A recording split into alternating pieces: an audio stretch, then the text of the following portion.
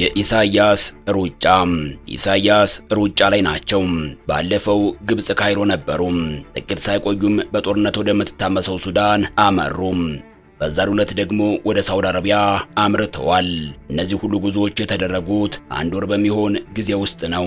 በእርግጥ ይሄ ጉዞ መደጋገም እንዴት ነው የሚለውን ጥያቄ የሚያስነሳው ኢሳያስ ብዙም ከሀገር የማይወጡና አስመራንም የሚያምኑ መሪ ከመሆናቸው ጋር በተያያዘ ነው። ኢሳያስ በዛሬው ዕለት ወደ ሳውዲ አረቢያ አምርተዋል። ወደዚህ ያመሩትም በሀገሪቱ ንጉሥ ሳልማን ቢን አብዱልአዚዝ አልሳውድ ጋባዥነት መሆኑን በኤርትራ ማስታወቂያ ሚኒስቴር በኩል የወጣው መረጃ ያመለክታል። ኢሳያስ በተለመደው አኳኋን የውጭ ጉዳይ ሚኒስትራቸውን ኦስማን ሳላህን አስከትለዋል። የዚሁ የሳውዲው ጉዞ ሰዎች ሁለቱ ሰዎች ብቻ ቢሆኑም በዛ ያለ ቁጥር በማስመሰልም በፕሬዝዳንት ኢሳያስ የሚመራው የኤርትራ ልዑካን ቡድን ወደ ሳውዲ አረቢያ አመራ የሚል ይዘት ያለው መረጃ የተለቀቀበት ሁኔታም ታይቷል። ለመሆኑ ኢሳያስ ለምን ወደ ሳውዲ ተጓዙ በሚለው ዙሪያም በተሰጠው መረጃ ያው በተለመደው አይነት ማብራሪያ በሁለትዮሽ በቀጠናዊና ዓለም አቀፋዊ ጉዳዮች ለመወያየትም ነው ተብሏል። በኢትዮጵያ ጉዳይ የቀይ ባህር መውጫና የአሰብ ጉዳይ ጠንከር ብሎ መነሳቱ ኢሳያስን ፈጠን ባለ የዲፕሎማሲ ሩጫ ውስጥ እንዲገቡ ያደረጋቸው ይመስላል። ኢሳያስ ደጋግመው ሳውዲ የሚመላለሱ መሪ ቢሆኑም ሁለቱ ሀገራት በኢኮኖሚና በሌሎች መልኮች ያላቸው ትስስር ሲታይ ግን እዚህ ግባ የሚባል ሆኖ አይታይም። የኢሳያስ ጉዞዎች ከኢኮኖሚያዊ ግንኙነቶች ይልቅ ፖለቲካዊነቱ ላይ ያተኮሩ መሆኑ ይነገራል። አሁን የፕሬዝዳንት ኢሳያስ አጀንዳ ኢትዮጵያና ቀይ ባህር ናቸው።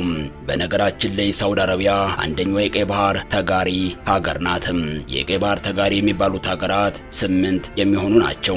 ከእነዚህ ሀገራት መካከልም ኤርትራና ሳውዲ አረቢያ ይገኙበታል።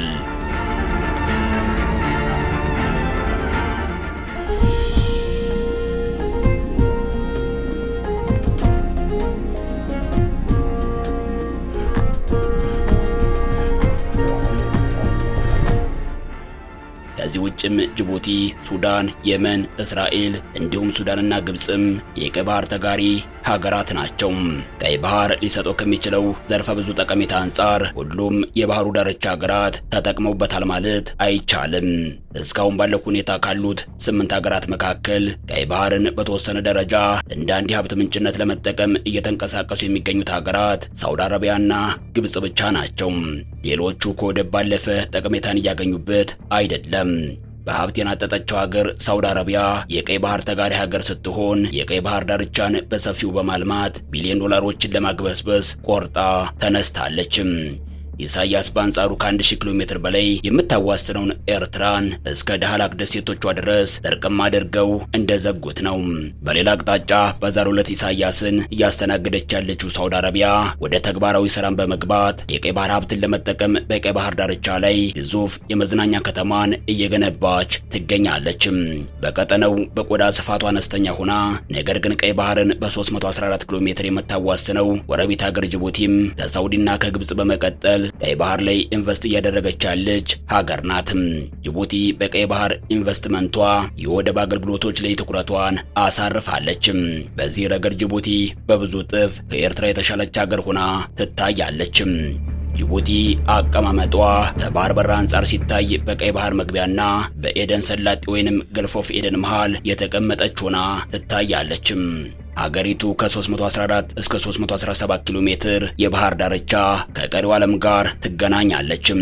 ነገሩን ወደ አጠቃላይ የቀይ ባህር ይዞታ እንመልሰው። ቀይ ባህር ቀጭን የባህር ወሽመጥ ነው። አጠቃላይ ርዝመቱ 2250 ወይንም 1400 ማይልስ ነው። ይህ የአንደኛው የምዕራብ አቅጣጫ እርዝመት ነው። በሌላ አቅጣጫ በባህሩ ምስራቅ አቅጣጫ ያለው እርዝመትም ተመሳሳይ ርቀት ያለው ነው። በዋነኝነት የባህሩ ርዝመቱ ልኬት የሚወሰደው ከግብፁ ከሜዲትራኒያን ባህርና ቀይ ባህር መገናኛ ነጥብ ከሆነው ሲዩዝ ቦይ ወይም ሲዩዝ ካናል ተነስቶ እስከ ጅቡቲው ቀጭን የቀይ ባህር ሰርጥ ኤልማንዴብ ድረስ ነው። ኤልማንዴብ የኤደን ሰላጤን ወይንም ገልፍ ኦፍ ኤደንን ከህንድ ውቅያኖስ ጋር የሚያገናኝ ነው። ሀገራት ቀይ ባህርን የሚጋሩት ማዶ ለማዶ ሆነው ነው።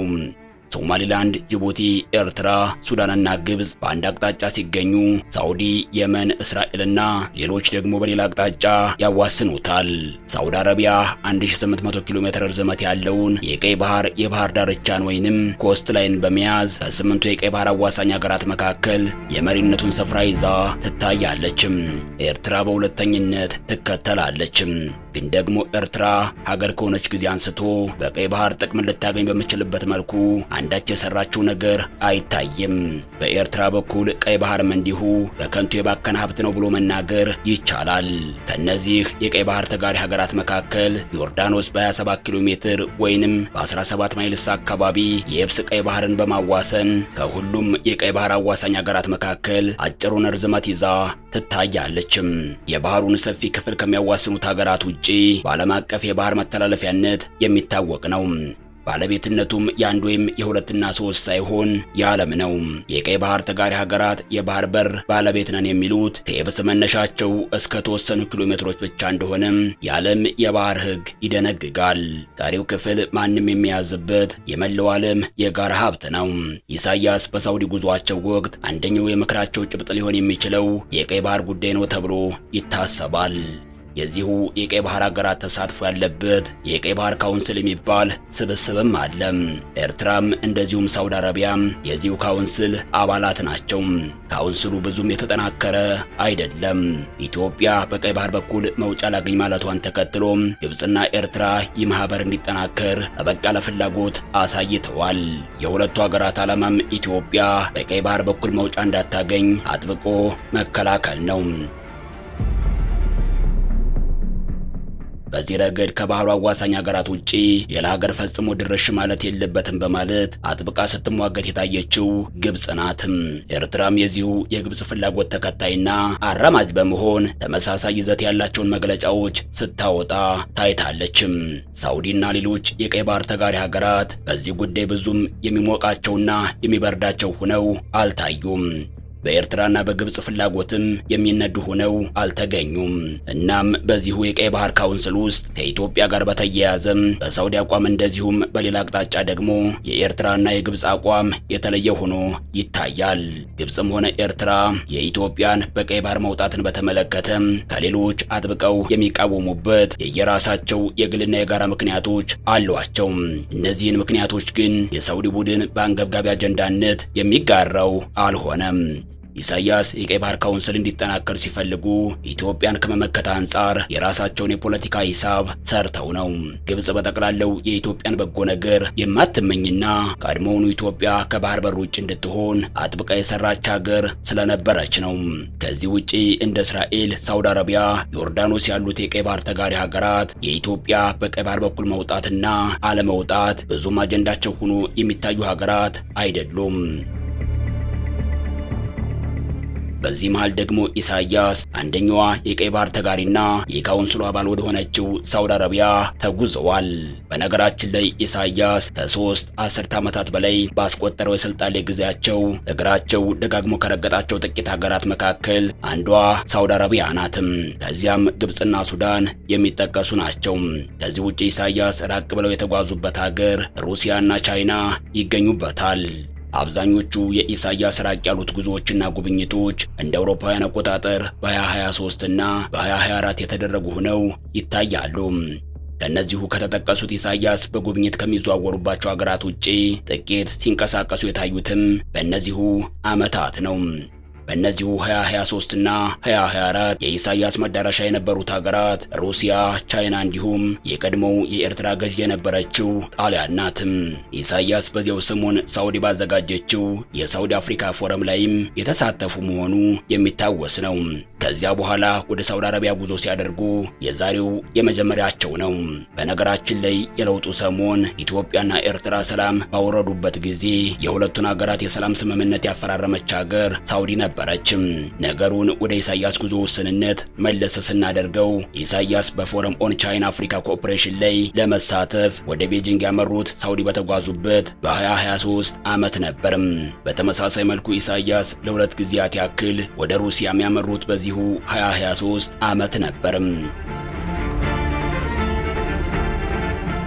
የመጀመሪያው የሩሲያ ጉዟቸው በሀገሪቱ ይፋዊ ጉብኝትን አድርገው በሁለትዮሽ ጉዳዮች ላይ ከፕሬዝዳንት ፑቲን ጋር ለመወያየት ነበር።